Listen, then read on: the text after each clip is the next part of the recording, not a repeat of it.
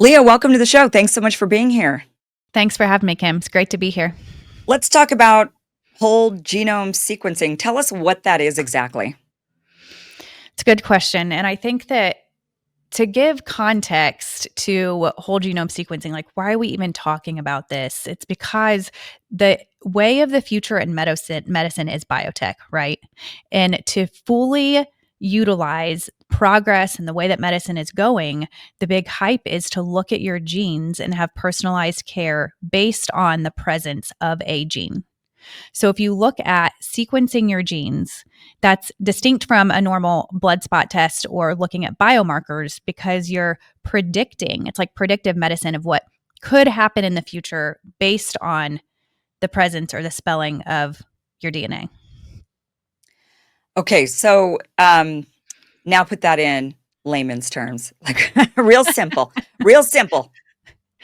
Okay, so whole genome sequencing is taking a look at what could happen with your health in the future. So, what is your likelihood? Remember BRCA when that Yeah, was a huge story? It's called yeah. the Angelina Jolie effect. When women were screening to see if they had the BRCA gene, and then what were they doing? They were Cutting off their signing up breasts. exactly double mastectomy because of Yeah, the presence of a gene. And that's a pretty radical move to make, right? To completely change your body, to remove entire, parts of your tissue based on the a gene, probability. The right. probability. But with that gene, they were saying they were like 85% chance of getting breast cancer. And if you look into what happened with that research, where did the 85% go? What did happen?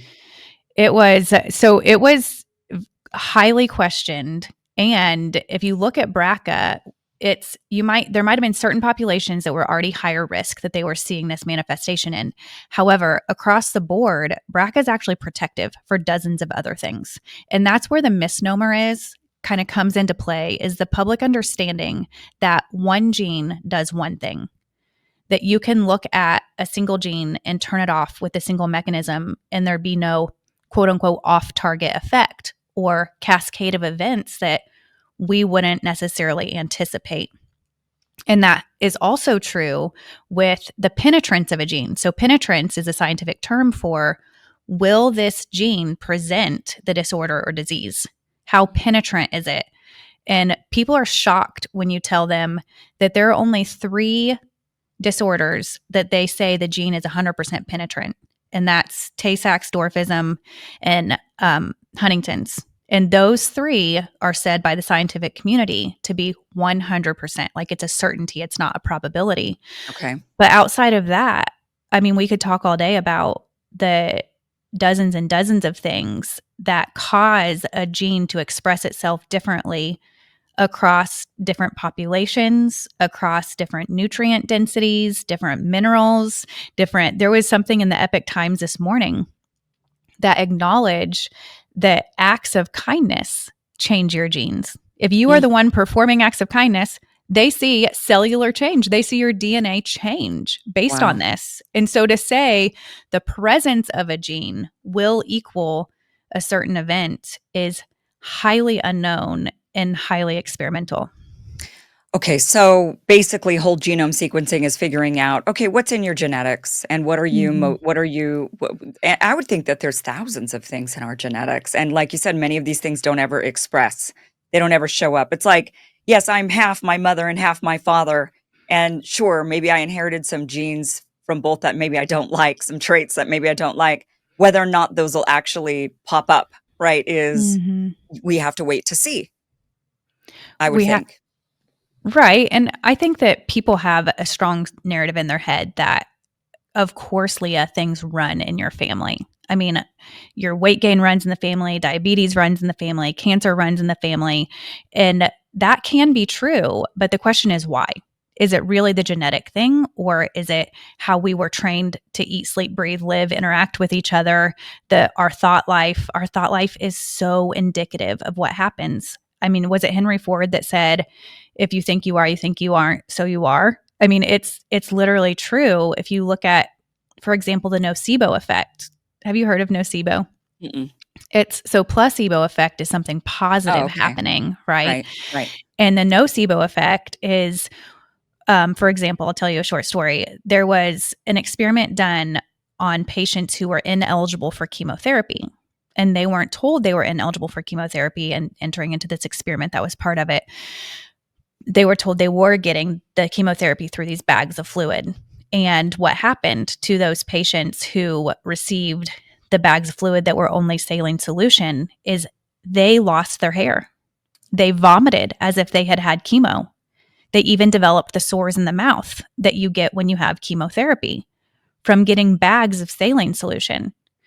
And so it's the mind is extremely powerful too. And so that's why when you look at whole genome sequencing, wouldn't you want to know? Just go ahead and test your genes. Wouldn't you want to know?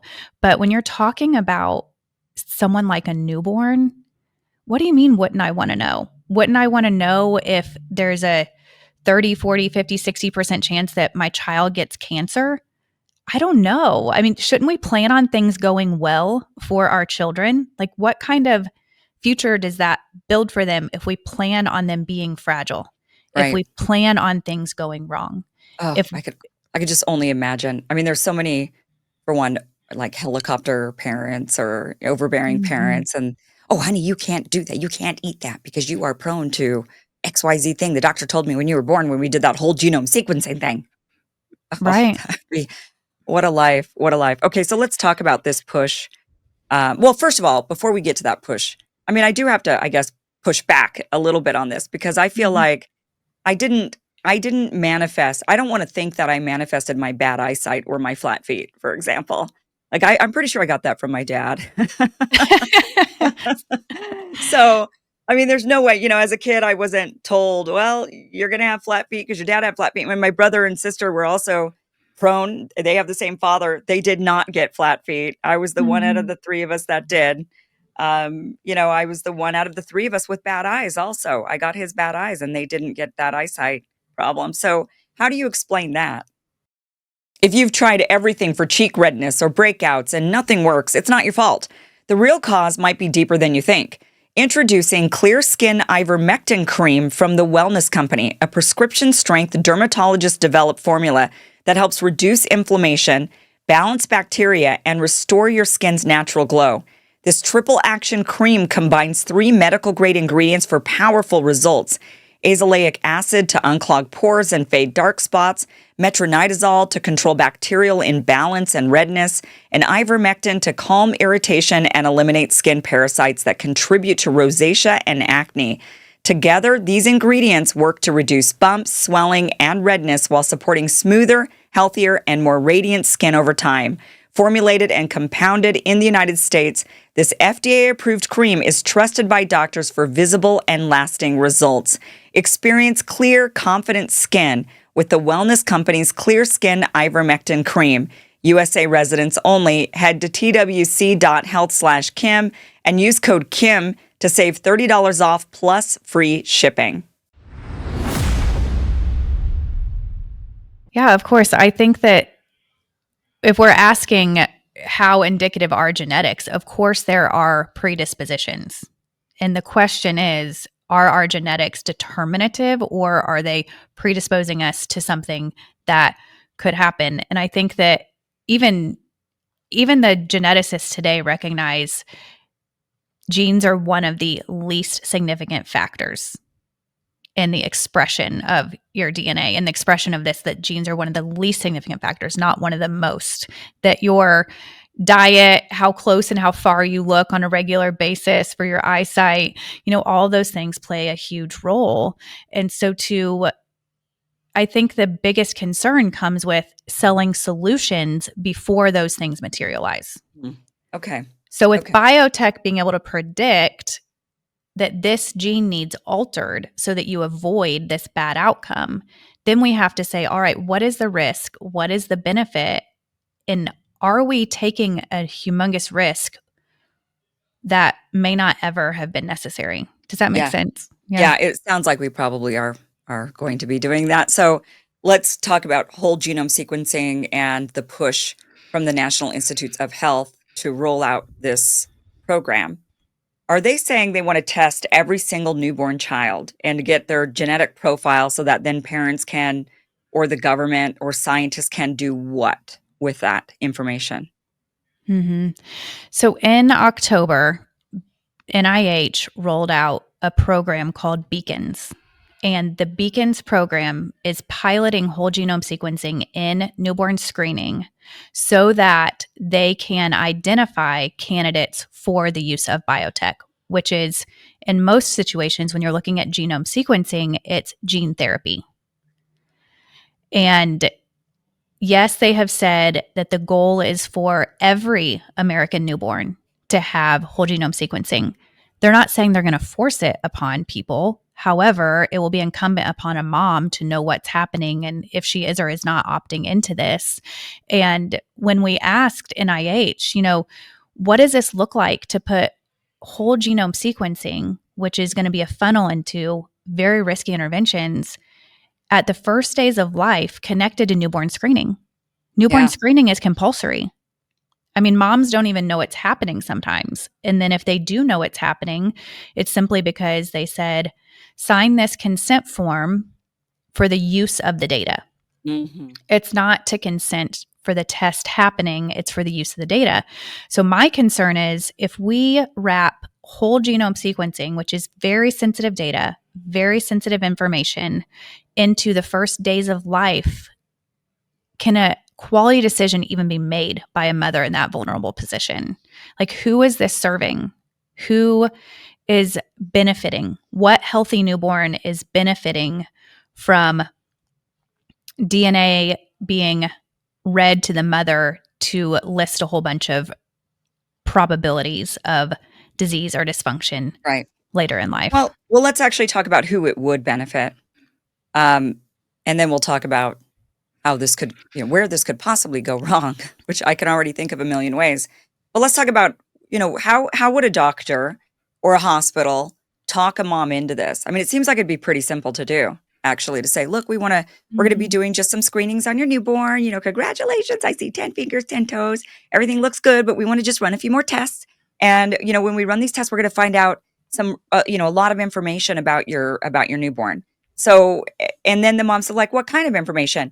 What would the doctor or the hospital say that would convince the mom, "Oh, yeah, I do want that?" They would say, we're going to look for any rare genetic disorders. And the sooner we find those and the sooner we start treating, the better outcomes we have. Like what? Like what kind of disease would you find, doc? So, one of the ones that was added to the list for newborn screening already that can indicate gene therapy is spinal muscular atrophy. So Okay. I don't know anyone with spinal muscular atrophy, but I know that it happens. And technically, to qualify as a rare genetic disorder, it needs to be less than 0.5% of the population. That is a Mhm. pathogenic issue that we would screen for in the world of medical testing. So that is a very, very small percent of children. Sure. But if we add in this whole genome sequencing, it's like, but why not look at 700 other things while we're looking for this subset of biomarkers? And so spinal muscular atrophy is very severe and it can be deadly. But the solution currently is starting gene therapy before symptoms ever manifest. So Yeah. before there's any clinical indication based on the presence of the gene, we start Zolgensma, which is a gene therapy that is in question in my mind because in 2022, one of the papers that provided the foundation of Zolgensma for spinal muscular atrophy was retracted because not the first time this has happened and certainly not the last, but the animals that died in the trials were not disclosed properly. Ugh. So the first paper for Zolgensma, one of the foundational papers said that 6 of the 7 mice survived 250 or more days, at least 250 days. When the paper was retracted, it was 1 of the 7 mice survived, not 6 of the 7. Mm. But Zolgensma is still on the market. That's how experimental Right. these solutions are, that we're looking at healthy newborns that don't have any clinical indication yet and saying, but this will save your life. And that's Right. where it's compelling to participate for mothers if you're looking at them during these tender days of bringing this little miracle earthside and saying, your child has a chance of having this horrible thing, but if we treat now, we'll make it go away. Right. So that's I think it's a really easy sell to a lot of moms Mm-hmm. to tell It them, is. we can find these things, especially if you rattle off a bunch of different diseases that maybe she's actually heard about. Maybe the one Mm-hmm. you mentioned, maybe people haven't really heard about that one, but I'm Cystic sure there's fibrosis. Yeah. yeah, exactly. I mean, you could probably bring up at several, a list of 10 that the mom had heard of, and then she says, "Oh, yeah, I don't want my kid to have that." And maybe they can even say things like, "Oh, we can screen." I mean, I don't know. Can they, with whole genome sequencing, can they screen for things like autism, ADHD? I mean, things that are way more common that moms all have a friend with a kid with ADHD or a friend with a kid with autism or something, so that it's more like, "Oh, yeah, let's get in front of that." I mean, the sky's the limit with what they can try to associate a single gene with. Okay. And right now they're talking about anywhere from between 300 and 700 um, screenings that would be within whole genome sequencing. But because it's in a pilot program, they're like, well, how many will we screen for? And what will the solutions be? And, leukemia is one of the ones that could be reported on. And I was speaking a couple weeks back and I had a parent approach me and they said, we were told at birth that based on the newborn screening, our daughter would eventually get leukemia. Oh, And he said, my daughter's 25 now, but every single time she's gotten a bruise, we've ran to the doctor to test her for leukemia. And she's never had it, but it's just in the back of your head of, yeah. is this the next domino to fall for this Well, child? and imagine the anxiety that imprinted on her, right? I mean, if Mhm. if her parents had this anxiety of, "Oh, no, she's gonna have leukemia, now's the time, it's finally happening," and they rush her to the hospital every time, that panic imprints onto her. Children, they can sense the energy around them, the emotions around them, and if they're constantly around these high anxiety, parents that are rushing you that are worried, that's only gonna have, I would think, a negative psychological effect on you growing up. I'm sure you'd end up becoming an anxious adult. And we wonder why we have so much anxiety. We need to start planning on things going well, in life. Like so much of our medical care and so much public health policy is centered around look planning for things to go poorly. Mhm. Like how do we predict and prevent things that will go wrong instead of building resilience, instead of doing what we know that it takes to live a healthy and vibrant life in an informed, transparent way? So what should parents do in regards to this whole genome sequencing? Can they ask the doctors when they know they're going to have a kid, and they say, "Okay, I know you guys are gonna do some screenings. What screenings are you going to do? How do I," and then how would they find out that they're going to get this whole genome sequencing, and then how do they opt out of that? Can they even opt out of that?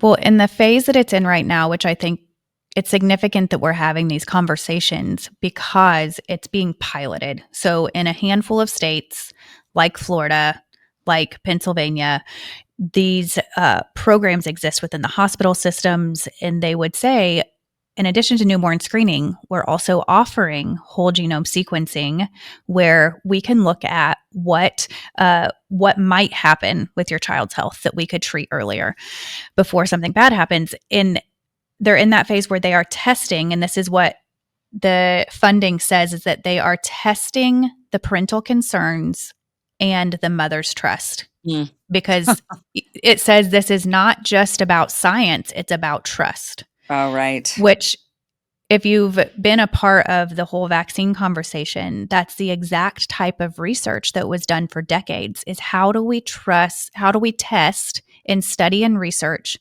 the trust in the product Yeah. instead of how do we study and research and test the efficacy, the safety, the long-term outcomes. Like it's like Yeah, it's just, can we get somebody to take it or not? Can we get somebody to do it? That's what they're trying to that's test for. that's the phase they're in right now. Yeah. And when I asked one of the doctors at NIH, I said, so what are moms going to be told about the value of epigenetics versus genetics? And fully understanding their options. Like there are options. This is not the only way. And he said, with all due respect, that's not my concern. I said, but Oh, you're developing the tool, so the tool is going to be used. So are you worried about the ethical ways that it could be used with informed consent? They said, no, that's not our issue. That's the state's issue, which is why this is so reminiscent of the vaccine schedule, is yeah, because these frameworks, these options are being developed by Washington, and then it will be incumbent upon the 50 states to choose how to deploy it. And then it will be incumbent upon the mother to participate or not. yeah, And when the framework is built for early testing, early treatment, how does that fit into this whole shift toward wait, we've over medicalized our children. yeah. Let's pull back on the over medicalization, on the over intervention, on the lack of transparency when it comes to day one of life, when Yeah. it comes to healthy children. And my first reaction would be like, okay, sure, go ahead and do the whole genome sequencing thing. Doesn't mean I have to do all the treatments that you're going to try to push on me. It's just my first instinct is to say, I like knowledge. More knowledge is better. But then, okay, I would like that knowledge, but what are you going to do with that knowledge? Right? I Mm-hmm. mean, what are you now is my kid going to have this, with insurance, for example, just getting health insurance, it's difficult if you have a pre-existing condition. They want to raise your rates. They want to maybe they'll deny you or something. I mean, I don't know if they're allowed to do that anymore, but still, it's like this, well, pre-existing condition thing. And could they use this whole genome sequencing and stick that label on my kid? Well, this one is predisposed to leukemia. And so, we don't know if we want to actually insure this kid. We don't know if we actually, or the rate's going to be skyrocketing, whatever the thing is. I mean, it seems like there could be, or even, maybe they want to join the military and they want to be, let's say, an Air Force pilot. I mean, I'm just throwing out random things that I know are a little restrictive. And one of those would be like eyesight. If you have really bad eyesight, you can't be in the Air Mm-hmm. Force.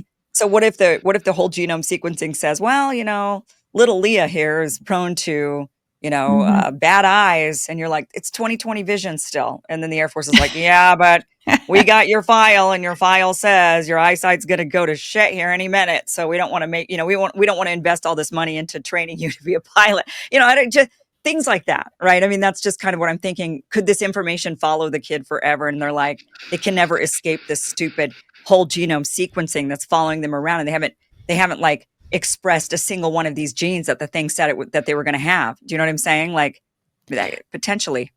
I had one person approach me and say, we got the genetic screening, and they said, well, now you are indicated, mom and dad, to also screen. We need you guys to screen now to see where this is coming from. So they screened and they said, okay, mom and dad, now you are required to report this to your life insurance. And Okay, then there we they go. said, and Right. now the kids are required into perpetuity for every life insurance they ever apply for. And that seems like, okay, well, that's small. Maybe we'll change regulations to make it so that life insurance can't discriminate based on this. Who knows? Yeah. But the Good luck it with that. They're the lobby. They have all the money. They're going to make sure that whole genome sequencing is mandatory in every single test so that they could say, "Oh, we don't want to have to give life insurance to certain groups of people." right. And have you ever watched the movie Gattaca? I'm sure I have. I'm the worst It at remembering. You could show me a Me movie yesterday too. and I won't remember it I'm the today. same way. I'm the same way. But this is a 1997 movie and it's so dystopian.